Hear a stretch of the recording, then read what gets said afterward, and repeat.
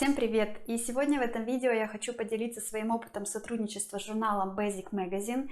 И мне вдвойне приятно это делать, потому что с этим журналом сотрудничал Дэвид Даутон. Это мой самый любимый мастер и мастер за большой буквы этого слова. Как я получила сотрудничество с этим журналом? Недавно я давала интервью для одного телеграм-чата, в котором собирается сообщество фэшн-иллюстраторов.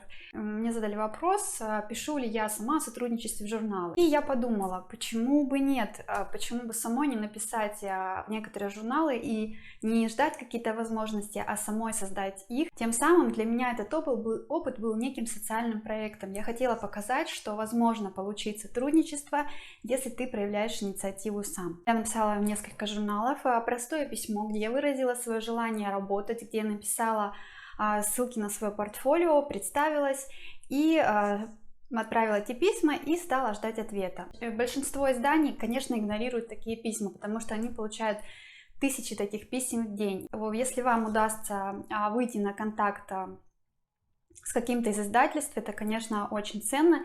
И я советую писать не только по электронной почте свои предложения о работе, но и связываться с этими журналами, пытаться связываться через Instagram. Так я написала в Basic Magazine в Instagram и получила от них ответ. Меня всегда привлекает сотрудничество с зарубежными журналами, потому что они всегда дают тебе большую свободу творчества. Они не делают строгих рамок. Единственное, они могут сказать, что нужно рисовать не на цветном, а на белом листе, потому что это будет печать в журнале.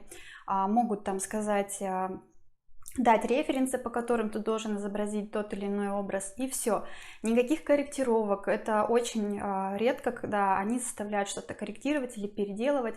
В основном они всегда рады твоей работе. Вот это самое главное отличие российских заказчиков от зарубежных. Сотрудничество с журналом было бесплатным. Они опубликовали мою иллюстрацию, подписали мое авторство моих иллюстраций, указали мое имя. Это 13-й выпуск, который вышел в Калифорнии.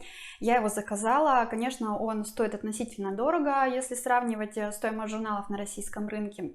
Плюс еще берется большой процент за переправку. Сотрудничество с этим журналом было для меня немного сложно, потому что в этот момент я как раз готовила уроки для школы в Швейцарии. Я все время откладывала. Где-то на неделю я сорвала дедлайн, но издатели пошли мне навстречу, и они дали мне тот срок, который был мне нужен. Они приняли сразу мою работу без каких-либо поправок. Я отправила в том формате, в котором нужно, в хорошем качестве. И все прошло гладко. Сейчас этого номера нет где-то в бесплатном доступе. Его можно купить только на сайте. Зачем я вообще записала это видео? Я записала это видео для того, чтобы вы не ждали каких-то возможностей, для того, чтобы вы создавали эти возможности сами для себя. Потому что никто, кроме нас, не будет думать о наших целях и о том, что нужно нам. И только мы можем своими действиями проложить тропу к своей цели, к своему желанию.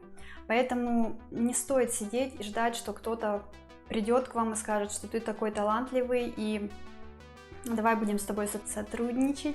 Сейчас уже другое время. Это не 2015, не 2011 год, когда фэшн-иллюстраторов было очень мало на рынке. В основном заказчики обращались сами. Сейчас ситуация намного изменилась, и сейчас ты должен сам проявлять активность, чтобы быть задействованным в этой сфере. С вами была Женя Журавлева, я с вами прощаюсь и до следующего видео.